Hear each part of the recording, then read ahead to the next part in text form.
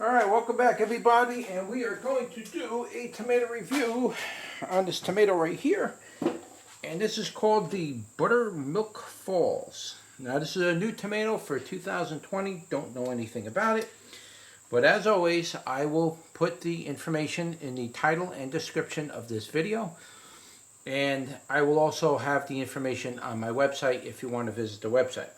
So whatever I can scrub on this variety, we'll put it on the in the description. Now, a lot of these varieties that I'm growing this year are seeds that I ordered from overseas and or seeds that I received from people from some seed trades, as well as just seeds people send me. Because a lot of times people just send me seed varieties of tomatoes, and I don't necessarily grow them all out, but depending on if it looks interesting or if I can find information on it, then I grow it out. But there's a lot of times I'll have seeds sent to me that are like hybridized seeds and stuff, and I will grow them out eventually. It's just I'm trying to get to all the stuff that I can find information on from the internet, and then unless it's a really strange and rare type of hybrid, then I'll give it a review and then go from there. So here it is. This is called the Buttermilk Falls. I'm growing a few tomatoes this year that start off with the name Butter, but this is called the Buttermilk Falls, and it's a beautiful tomato. Now, this tomato, as you can see, is a gorgeous, look at this. That is a gorgeous, very similar to the Dad Sunset tomato. Okay, it's very similar. It's a nice size. This has got to weigh probably maybe 3/4 of a pound. It's getting close. This is actually pretty big. It doesn't look that big in my hand, but this thing's got some weight on it. So this is full of water. All right, so this is probably going to be a moist tomato. I tap it. It's not hollow, so you can hear it's not hollow. So sometimes you can hear that. But look at that golden sunset. They come off yellow, and then they start to get this orange blushing on it. Mostly on the bottom and oftentimes on the top. But they come off yellow. I have eaten one of these already that were yellow, so it was a little bit more on the tangy, tarty side, but it was still good. It still tasted pretty good. So this is going to be interesting to see what it tastes like, as it's pretty much fully ripe. It's been sitting here for about maybe 5 days, almost a week. And so they've been here a while. Let me show you the inside. Here's now the sizes can range. It can be pretty big to that size, or even like around this size. This is like a large Campari tomato, or a small slicer. So that's what it looks like. It's beautiful. A lot of meat in here. This is a very thick, meaty side tomato, so it might be the same thing with this one. A lot of these tomatoes that I've been buying seed for from the other countries, a lot of these tomatoes were like very meaty on one side of the tomato and seeds on the other. So I'm not sure if that's maybe because it was crossed over with a maybe a bull's heart tomato or something like that, where it's mostly meat. It could be, or a seedless variety.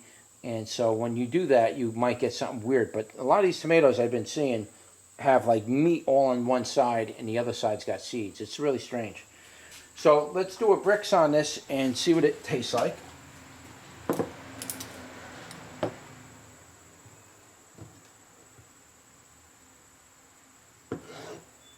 Yeah, you can see that that's all meat on one side.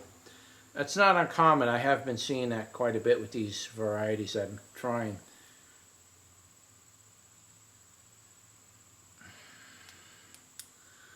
Let's see. It's about 5 on the bricks, right on the money. 5 on the money. So let's give that a taste test and see what it tastes like. Wow.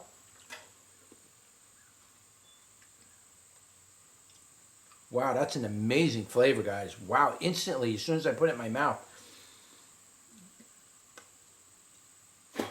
Skins are a little tough on this, but like what I do when I what I do with my tomatoes is I generally put them in a blender with the skins, and it grinds them up, and I don't worry about any of that. I don't skin my tomatoes. I eat the skins and everything.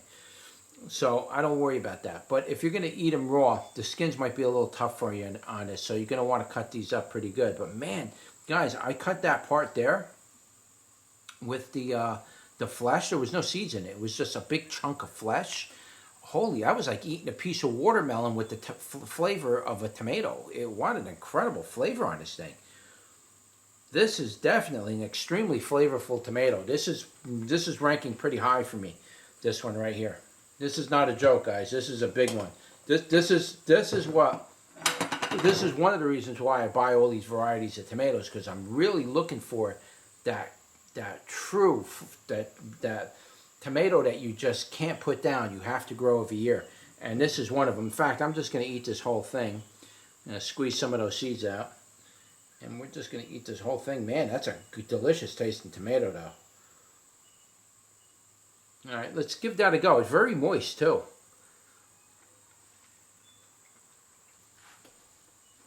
Wow, guys, this right here, I'm telling you right now, this is a winner. This is a big time winner. This one's really got my goad going. Okay, let's get into this. I don't know how that got wet. Try to line you up. We'll back you out a little bit. And we'll try to, I may have to do this over in marker because you can't really see it with this pen. Okay, so I'm rating my tomatoes a little differently this year, and I'm giving you a chart so you could follow along rather than me just trying to explain it to you, because too many people are asking me, what do you mean by this, and what do you mean by that, and what do you mean by this, and how do you mean the flavor? And a lot of people don't seem to understand what I'm saying, and I don't blame them, because I'm just kind of there's no way for you to track exactly what I'm talking about. So I figured I'd do it in a chart form, so now you could see, you can get a visual now what I'm talking about, and I could give you a better reading that way. You know, that way I'm not forgetting nothing. I'm kind of going all the way through it. Okay, so it's from the sweetness side, from 0 to 50. On the sweetness side, the sweetness was pretty high. I'm going to say 35 on the sweetness, between 32 and 35. It's hard to say because the tanginess was in there. So this had a nice, strong, prominent sweet flavor. I really liked the delivery of the sweetness on it. The tangy part was about exactly the same, maybe a little higher. Probably could go with about a 37 on the tangy, but probably I wouldn't go any more than 35 because it wasn't overwhelmingly tangy. And 50 would be like off the chart tangy. So I wouldn't go any more than 35. It was a pretty good balance, to be honest with you. What's throwing me off a little bit is the tardiness. We'll come back to that. But the tangy and the sweetness were about the same thing. They were a little, maybe slightly higher on the tangy. Sweetness really was right there with it. It really blended very well. And then you got the tomato flavor. That's the part that kind of hangs around the back of your tongue over there. And that tomato flavor was very prominent. It was a very delicious, prominent, well-lasting, desirable type of tomato flavor. It was highly desirable, highly sought-after type of tomato flavor. It was not your normal cut of the mill, so to speak, of tomato flavors. This is an exquisite type tomato flavor taste. Now, the flavor on this thing was like eating a really ripe, delicious cherry type tomato. I mean, I can't even think of anything else that we compare to this. This was absolutely delicious. I can't even imagine making a sauce out of this, which is what I'm going to do. I'm going to add that to some of my other tomatoes. I wish I had enough right now to just make a sauce by itself, and I might do that later on in the year. I should have enough of them later. So the tomato flavor, if I'm going to give that a number, I'm going to put that tomato flavor up there about a 9. That was. Well, am I saying that right? Tomato flavor? Yeah, I would say from 0 being the lowest, 10 being the highest with the tomato flavor, I would say that would be about a 9. That flavor was like all the way up there. That was an incredible delivery of flavor. So the three of those are, I mean, we're talking, I'm going to rate this tomato very high. This is a very high tomato. The moisture was very moist, but it was perfect in combination with the rest of the tomato. If that moisture was any lower, I probably wouldn't have got the same effect from that tomato. I was getting like a, I don't know how to describe it. It was like a wet delivery of that flavor. It was like drinking an exquisite type of a drink, because as soon as you put the tomato in your mouth, it broke up. I will talk about that in the texture, but it broke up very nicely and it turned to a liquid, and that flavor and the moisture just sat there in the back of your tongue. Extremely desirable. Now we'll go over to the tardy flavor. It did have a little bit of a tardiness to it and a little bit of a sour, not very much. If I was to say, give it a number with 10 being the highest, I would say on the tardiness, it was probably not much more than about 1.5. It was something there, but it was a little bit extra above and beyond your tangy part of it. So there was a little bit of a tardiness, a mouth puckering effect. So there was something there, but it was really low and it worked very well with the rest of the tomato flavor profile. Now, it didn't have any undertones at all in it. So it's zero on the undertones. Undertones are like when you get like an earthy tone or an off-putting type of flavor, or sometimes a berry flavor or another vegetable type of flavor. A lot of times you'll get them undertones with tomatoes, and that does transcend into your tomato sauce when you cook with it. So I like to make sure I add these undertones now because you will taste that eventually. So there was no undertones. It was perfect. It was a perfect tomato.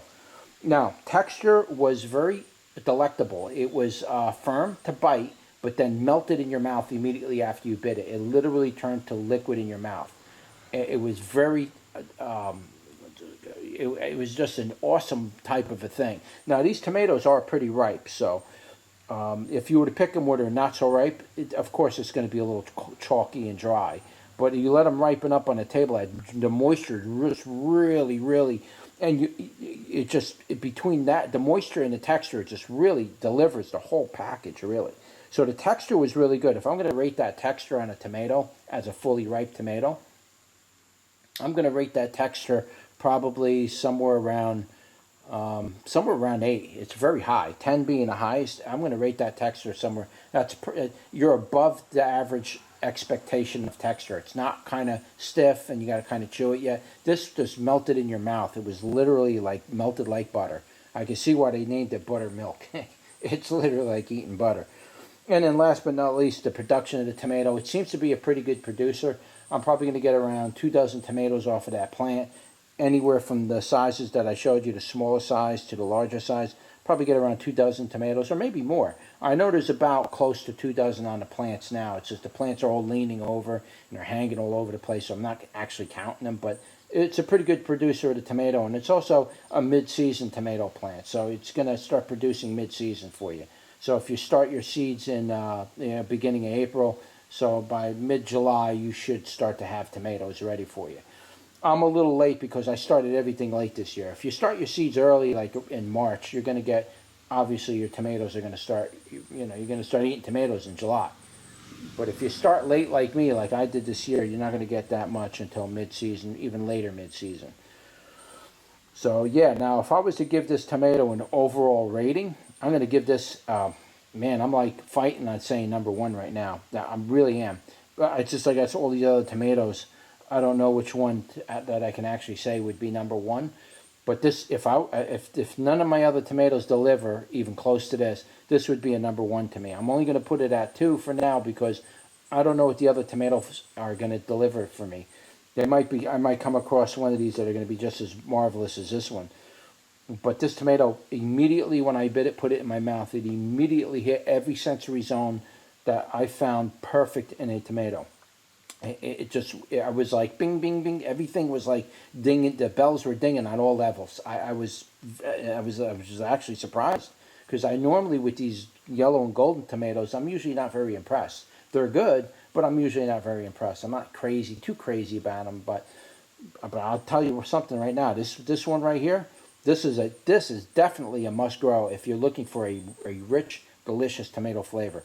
Absolutely. I almost want to rate it number 1, but I'm not going to do a number 1 until the end of the year. Maybe I'll do my final my final tally at the end of the year. What do I think's the number 1 tomato of the year? This one's going to be contending with number 1 if it ain't number 1 already. So it's a very delicious tomato, guys. If you've never grown this before, you got to grow this one. It's definitely one that I would recommend. All right, so that's it. That's your tomato review for the Buttermilk Falls tomato. And I will have the information that you need in the description as well as on the website, so you can visit there. I will leave links in the description so you can go over to the website and buy the seeds if you want. And that's really about it, guys. That's your tomato review for the Buttermilk Falls. Don't forget to like, share, and subscribe. And I'll see you on the next one. Take care.